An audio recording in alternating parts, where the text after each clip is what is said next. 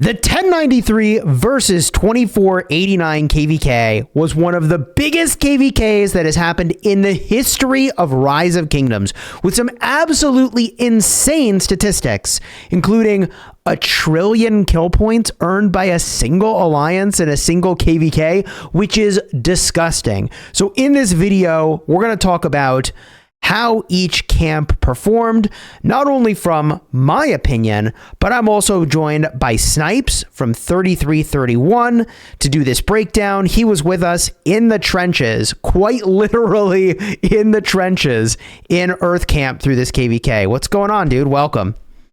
Hey, thank you very much for having me. I'm excited to kind of get through this. It's been a very, very long week of very little sleep, so I'm kind of excited to look through some of the data and then get some sleep.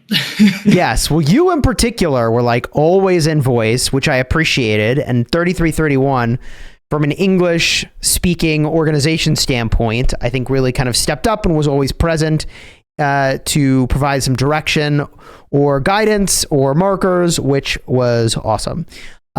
So I very much appreciated that. And I think the way we structure this vid is as follows, okay? I want to talk very briefly, just with some impressions. We'll just gab a little bit about each camp and some of the strengths that they had throughout this KvK, because I think each camp was noteworthy for different reasons. Then we dive right into the data, and we get real nerdy about it, and we look at the actual trillions of kill points accumulated and look at some of the standouts. How does that sound? Sounds good to me. Cool. Let's go around maybe in order, and we'll just talk about the other war camps. I don't know if we're going to talk about ourselves, but let's start with Fire Camp. And my observation there, I kind of shared in a prior vid, but I don't think there is a more skilled single alliance kingdom in the game, hands down. And they have both the spend level to back it up and the skill to execute. Would you agree on that one? I mean, absolutely. They have probably I think it's probably a three-way tie between one of the highest spending players in Rise of Kingdoms with Arvix, and 489 kind of have brought in this group from the old 60 GT to build probably the One Alliance super kingdom. They're the first kingdom that's hit 5 trillion kill points. 6 now. 6 now. Yeah, you're right. 6 now. I just pulled that up. It's crazy, right? Yeah. Yes. I mean, a single alliance, 6 trillion kill points. And I think that's represented. Like when you fight them, you feel it. Had you guys, by the way, ever fought an opponent like that before? Hell no. And how was that for you? Miserable. Yeah. No, it was quite literally, it felt every time you walked up to one of those accounts in the field, it quite literally felt like you needed four players with all of their marches swarming down a single one of them to just make them sad face. Right. Like you were telling me for context before this that like in your kingdom, you've got people that spend on pop-ups, but a lot of people even just potentially just bring a couple marches in the open field. And the funny thing about that is like in this day and age, I mean, Sun Tzu Prime and QSH and to an extent Achilles, like those are kind of the only 3 marches you need. The rest are like sort of filler. I mean, if I felt like my 6th and 7th marches were trading poorly, yeah. All of the A seeds getting put into these situations are really quite courageous. And I suppose that's a good segue. We can go around the map here. We'll go counterclockwise. Let's talk about some A seeds. So Water Camp. You were mentioning this to me before we started recording, but something that I think we both noticed is that their numbers were crazy. Like they had a lot of players, and I think they did a really good job of getting lots of players all online for prolonged periods of time. Would you kind of agree with that one? Yeah, their activity was insane. I mean, I believe all but one of these kingdoms have between 100 and 110 active main accounts. I believe one of them is sat around 80 to 90. So it kind of rounds out that they have nearly 500 main accounts. That's crazy. They have 3251 and 2774 are both kingdoms with over 1 trillion kill points. So those aren't A seeds to laugh at by any means. And the other ones are still in that mid to high A seed range, where the accounts maybe they don't have as many of those like big krakens, but they still do have a lot of depth and a lot of strength at the same time.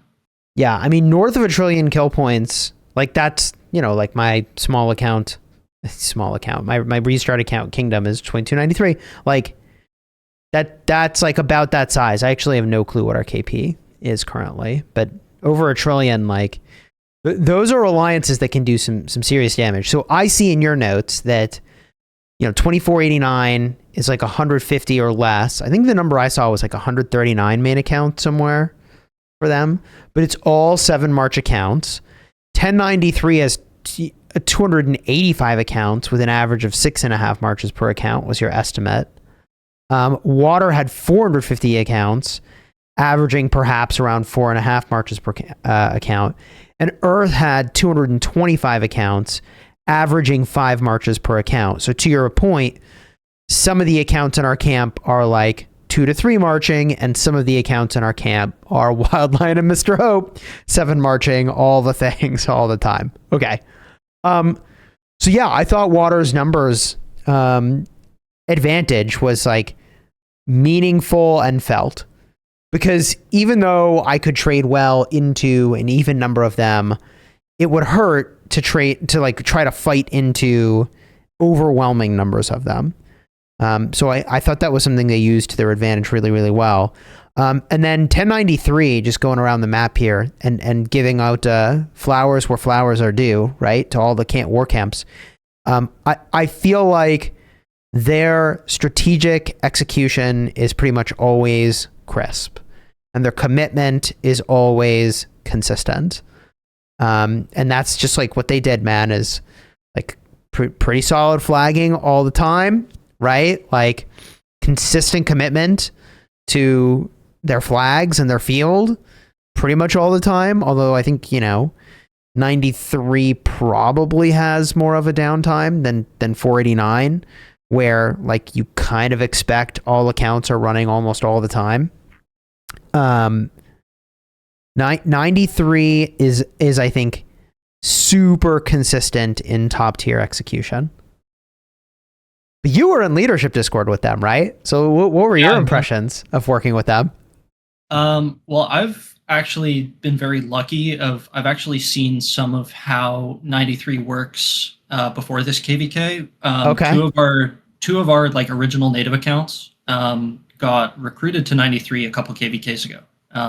And so, like, one of which I went to visit family in England and ended up meeting up with him for drinks. Okay. And it was actually one of them sat in VC with us for most of the Kingsland fight.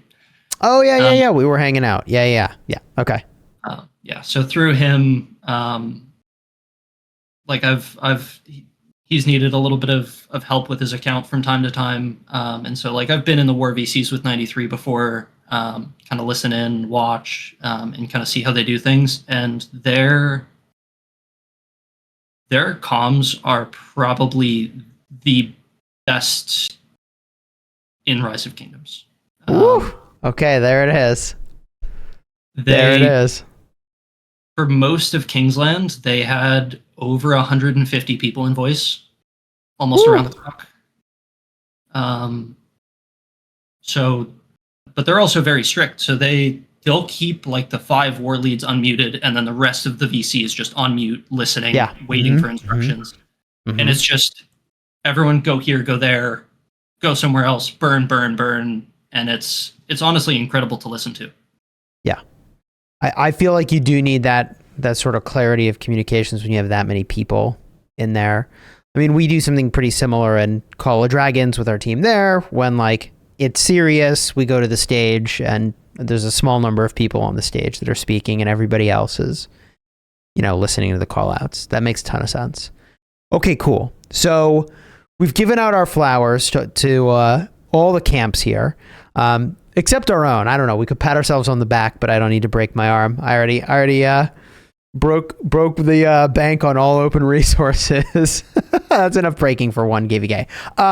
Let's get a look at the data here and talk about that. So I'm going to pull it up and let's dive in. All right. In front of us now is the total stats for the KvK at the end of Kingsland. Collected, I don't know, as of some time ago. It doesn't matter because it's all wrapped up now. And if we zoom in on this, like wow, there's some crazy stuff going on here. First and foremost, let me get out the. Oh, you know what? I'm gonna download this image and I'm gonna edit it. Hold up. Okay, now we can highlight stuff. Now we're ready. Okay, so let's start here by getting a look at Fire Camp. My God, 1 trillion kill points for Fire Camp. I mean, we alluded to that already. That is completely bonkers. In addition to the 1 trillion kill points, they had a KP loss of 887 billion. So that means they were trading positive all throughout, right? Yeah, and they were trading pretty positive at that too. I mean, against 93, they have the strength and the numbers as well. So, I mean, I can tell you from the Zone 5 numbers that they smacked the living crap out of us. Oh, wow. So yeah, we didn't need the numbers to know that happened, but it's supposed to reassuring that we weren't making that up in our heads. No, but their trade percentage in Kingsland actually dropped. So it was probably sat around, I want to say 150% on average. And here it's around 120. Okay, cool. And then deads here, 1.6 billion. Is this only looking at like the top 300 players, or is this like every registered account in the domain? Do you know? So it looks like 489 and 1093 used the new system that's slightly different to the domain to register for this KvK, which is why they don't have the little -1 next to them. So, but generally, with Pro Kingdoms, they do a top 1,000 scan. Okay. For players. And so all of these stats are from the top 1,000 players in the KvK. Okay, good. That's important because, you know, I know 93 as an example is like very, very good with farm accounts. I'm sure Fire Camp is as well. And so to get a really clean picture, like you need to be looking much deeper than the top 300. Okay, cool. And then let's see. Oh, I looked at water deads. Wait, so water deads and fire deads are about the same. But it looks like, just going down this column of troop loss here, it looks like wind, which is 1093, had much lower troop loss than everybody else. Maybe some of those accounts are out of the top 1,000. I don't know. But then Earth Camp, we are up there but behind by, I mean, you know, 0.1 billion lost troops. That's kind of a lot of troops. Anyways, we're behind by just a little bit there. So I suppose we could talk a little bit about ourselves here. Like from a KP standpoint, we were in it, but only about as much as Water Camp, the 5 A seeds, right? And our KP loss was negative overall. In other words, we traded negative overall, but not quite as negative as Water Camp. Am I reading this correctly?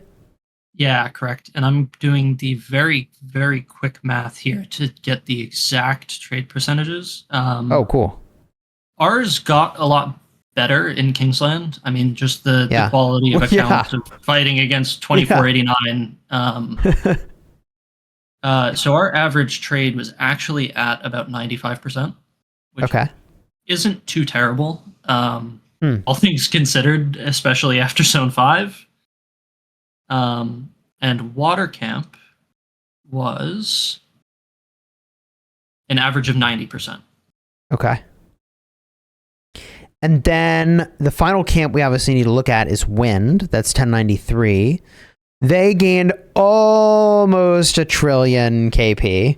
It's actually like a bummer for them that they didn't actually tip over that sort of monumental marker to be right up there as well. But they are really right up there. I mean, we are just talking about, only 11 billion kill points of difference. Only. I don't know. Before coming into this KvK, for me, 11 billion sounded like a lot. And yeah. Now it sounds like nothing. I mean, That's crazy. You had BT Cyborg do that almost 3 times over. Wait, how much KP did he pull down? Actually, he did do it 3 times over. He finished on 34 billion. He got 34 billion KP this KvK? Yes, he did. Holy. It's funny, I messaged with BT Cyborg and he was like, I want to make sure I get into some KvKs that have a lot of KP. Well, guess it worked out. Yeah, he was hard chasing the single KvK KP record, and actually it got broken twice in this KvK. Oh, by who? Oh, and actually I got BT Cyborg wrong. It was Alhytham that broke it at 34. BT Cyborg at 24. 24. Okay. Yeah. Okay. So BT Cyborg at 24. Goldfish King was at 26, and Alhytham was at 34. That's insane. That is actually insane. And they traded about even. Just looking at the KP loss and KP gain, they're trading about even. I mean, ever so slightly positive, but basically even on average. And they had that lower troop loss number, which is kind of interesting. It'd be kind of neat to see a breakdown of like T4, T5s. I just wonder how much of this is farms.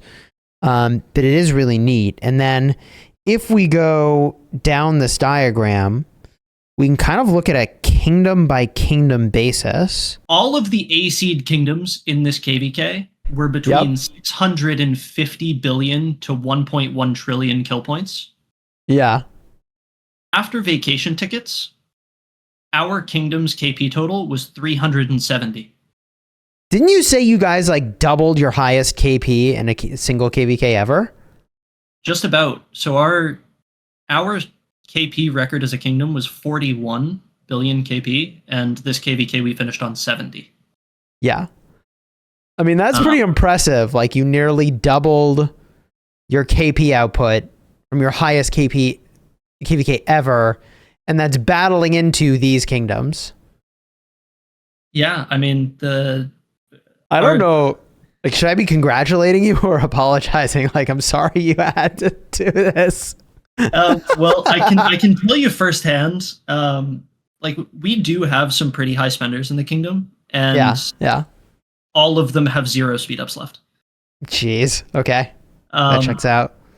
Yeah, so we have 5 SVIP players and another 10 VIP 19 players, which for a low A seed like we are, that's a lot. And all of them have nothing left. But yeah, doubling your KP is wild in a single KvK. And then 2890 was in our camp as well. And so you and 2890 combined elevated the total KP of the camp by about 50%. In other words, if 2377 had been alone, it would have been a lot less KP that we've been able to do. So 2/3 of that is us and 1/3 of that is you guys. And that I mean, we would have been cooked without cam mates for sure. We were done. over. Honestly, I like seeing the matchup from our perspective. Obviously, like as a kingdom who is half the size of the next smallest kingdom in the KvK, Yeah. we were a little bit disappointed getting matched in. I bet. But especially after the swap was made of 1093 and 489 going at it, you could really tell that the matchmaking for this KvK was actually really solid. For the Kingsland fight, yeah. Yeah. Obviously, like I'll say, I'll fix the statement. The matchmaking was good. The map placement was probably not as good. Yeah, I agree. I mean, this has to be one of the most even Kingslands, an insane Kingslands in the history of the game, which points to matchmaking doing something really, really right here. But I agree with you that like when we were up against 489, I'll say that that Water Camp did better in the 1093 than we did against 489. Right? I don't think it's even comparable. Yeah, exactly. Like their zone 5, they like strategically moved with forts, and like at least I wasn't paying close attention, but it looked like they were, like doing stuff, and like I don't know, we also entered the zone. Yeah, we were there, but yeah, we did at one point have territory. Oh man, I had a friend's father. Didn't last very long, but the territory that was off in the corner was there for quite a while. Yeah, I had a friend's father who, when he would announce the like placements of folks in a game, like a board game, for the last place person, he would say like, an Earth Camp was playing the KvK 2. Is the way he would describe that zone 5. It's like, technically we were also there. Anyways, yeah, so let's get a look at some of the details here. So at a camp level, 877 million lost troops for 2377. I mean, 339 million and then 233 million. That's big. So from a troop loss standpoint, actually like an even bigger contribution than KP by percentage of total for our camp, which is pretty cool. So like all our campmates were in it to win it and throwing down. That's wild. Okay, let's look at water real quick, because this is kind of interesting. Water's got 5 kingdoms. Their KP contribution was 200, 125, 125 again, 105, and then I blocked it here. 90.7. Now, I heard someone mention like would have sucked for them if they. I mean, you obviously want to win, but like their camp would have only gotten like 6 Atarchs, right? Or sorry, 60 Atarchs. I don't actually know how it works. I don't win KvKs, so I don't know what I'm talking about. But isn't it like 200 or so for one camp and 60 for the other? In the 4-map KvKs, yeah, it is. Can you distribute them differently? Yeah, so the winning coalition basically gifts another coalition the Atarchs, and then the coalition leader is like will disperse to different alliances how they please. Okay, so they could have had more than 60 Atarchs for the KvK. No, so there's 2 ways that it works. The kingdom that holds the Zig gets 210. Yeah. Okay. And then there is 60 for that kingdom to then give out to another coalition. Yeah. So technically, if they wanted to, they could give them to 489 and say screw us. But I can't see them doing that after this past week. That's wild. Okay. Got it. Well, it's unsurprising that Chisgule doesn't actually know how Atarchs work. All these years that you got to actually win KvKs, which is funny because I do on my restart account, but I also just don't even pay attention over there to how the Atarchs are being distributed. Okay, well, let's look at the troop losses. How does that stack up?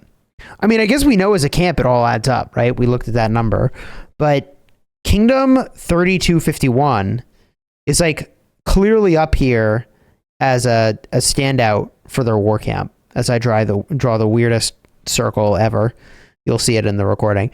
442.5 million troop loss. Kind of wild. So they did half the troop loss of 2377. Kind of a big deal. Yeah. They don't have a hope in line. And they don't have a hope in line. Although they probably have more than 100 players. Maybe. Yeah, I think they were around 100 to 110 somewhere. No, okay, same amount of players. That's sheesh. Okay, that's wild. That is wild. But right up there with them is 3517. Is pretty high up. I mean, I guess it's like 100. It's like 90 mil diff. And then 2774 is in there. 3285, and then 3176 also put troops and flags. Wow. There's the participation trophy you were talking about. Yeah, I mean, every kingdom does what they can. And dude, I mean, I feel like every kingdom in this KvK deserves a participation trophy, truthfully. Yeah, the Atarch and the S Plus update should have come a couple months sooner. Oh my god. Can I get a backlog of all the times that I was in an S Plus KvK? You just send that to me in game in a mail in the form of gems for all the S Plus KvKs I had done up to that point. But that was something that I feel like I recommended, was like, hey, the KvK is a lot harder. Why are the rewards exactly the same? And I think my original recommendation was that the harder a KvK is, the more Atarchs you want to give out. But I can see why they probably haven't done that, is because that ultimately cheapens in a way the value of an Atarch. And so to keep that consistent but still give you something pretty meaningful, I mean, call me crazy, but like 40,000 gems ain't bad, right? Hey, I won't complain, and I will also say that I just ticked off another achievement for my amount of time spent in R4 and R5, and I just got another 10,000 gems today. Oh, so congratulations. Wait, that's an achievement in game for days played and with the title, right? Yeah, correct. So days played where you are either in R4 or in R5. Okay, cool. Very cool. Any other stuff we should look at here? I see there's like total points on the right, which looks kind of neat. Yeah, so that on the right is kind of your standard kind of DKP formula. Okay. I'm sure at the Imperium level it works a little bit differently than at the A level. But a lot of the times that DKP point metric is how how most kingdoms would kind of decipher who's getting the star within a war camp, how many Atarchs are going to each kingdom, and kind of so forth. It's interesting that the DKP for 1093 is actually the highest. It's at 100%. So I assume that's the one that was the highest. I wonder where that comes from. Regardless, it doesn't really matter at the end of the day. This KvK was insane. I appreciate you jumping into voice to walk through some of the data and for prepping a bunch of stuff for us to review. And like I said, you guys were an organizational force for Earth Camp. I feel like without you, us English speakers would have been a little clueless as to what to do and where to go. So I very much appreciated the leadership you guys brought. It was awesome. Yeah, well, we were definitely happy to be on the board, as as you would say. No, I was happy with how we performed, all things considered. I mean, by far the smallest kingdom here, so to be able to contribute on a leadership front, on a rally garrison front, um, I'm extremely happy and proud of our group. Yeah. How many rally garrison players did you have? It was quite a few that were doing it, right? Yeah, so we obviously like we cut some of them from this KvK. In like an A-seed KvK, we would normally have about 20 rally and garrison leads that would be Yeah. kind of at that level.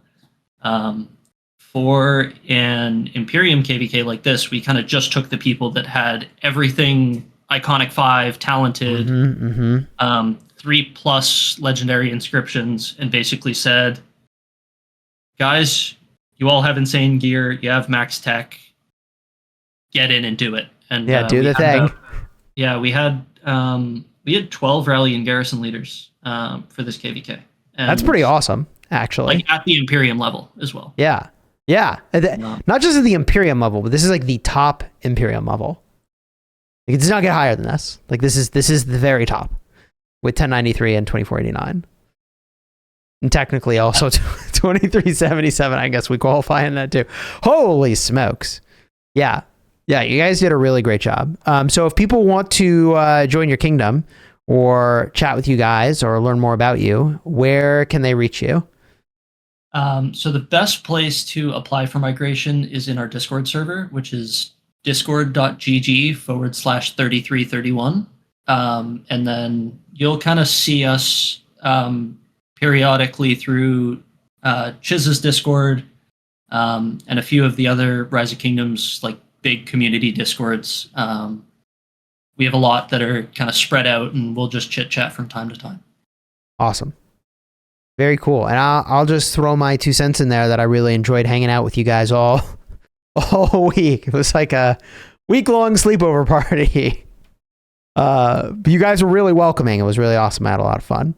And you guys should be really proud. Like 12 rally garrisons in this KvK and doubling your best performance ever from a KP standpoint into this context is wild. So congrats again on that performance. I don't know if I say congrats or I'm sorry you were thrown off the deep end. We've got definitely a nice long off season coming to recoup, because I was getting some screenshots from some of our players where they had a whopping 1 hour of speed ups left. Yes, you gotta save that picture for posterity and like put it in the album and be like, hey, I did the thing. I was here. If there's no participation trophy you can use as your little profile picture, you gotta take your own and put it in the extra picture section of your album, you know? Yeah, I think there's a few moments that are album worthy from this. So I'm very happy, and there will be a couple. Huge. Awesome. Well, thanks again. This was a banger of a KvK. Looking forward to hopefully being campmates with you again at some point, although maybe in a different context. Maybe like, in the context of my Restart Kingdom would be more appropriate. Although even my Restart Kingdom's kind of an Imperium these days. Like you guys are generally trying to avoid this kind of a KvK, right? Yeah. So we actually we did max skips going into this, which I think kind of helped. But we skipped the registration that we wanted to go into because it was the registration where all of the Imperiums were planning on going into in Troy. And then 2489 pulled out at the last second. And so then you guys came into this registration, and everyone went into Siege of Orleans, and there wasn't enough to fill kind of the last war camp. So Siege of Orleans got a no match found, and you guys all came into Tides. And then here we are. So we took an extra 2 weeks to sit and farm to try and avoid the Imperium KvK, and we got put it in anyways. Okay. There it is. GG's. But hey, you got the W. I mean, this has to be like, this is the crowning achievement of ROK gameplay, is it not? I think it is. From everything that's being said, this is either the number one KvK ever in Rise of Kingdoms, or it is second behind the 2377 1960 Siege of Orleans. Oh, well, I played both KvKs, and I would say this is the one personally. Like because it was all in Kingsland. It started off kind of weird, but like this Kingsland fight was insane. From an enjoyment standpoint, I think this kind of a Kingsland is like way more crazy than I think the 23/7 960 KvK, where like we drained each other a lot before Kingsland, and then Kingsland showed up and it didn't last quite as long. Whereas this KvK was a battle of who is going to get drained first in Kingsland. Yeah, I mean, where 85% of the fighting was. Right. Like, it's unbelievable to me still that we were looking at, all right, when's the third time the Zig unlocks? When's that fight going to be? Mark your calendars, because might need to be online for that. Yeah, that was crazy. All right, I'm going to let you rest. I'm going to get back after it. I appreciate you being on. The Discord link for 3331 is going to be down below in the description. You guys should go check them out. They were awesome. Until next time, you have fun, smash your enemies. If you want another recap of the KvK or the last stream I did, I'll have cards in the end screen for it. All right? Take care, everybody.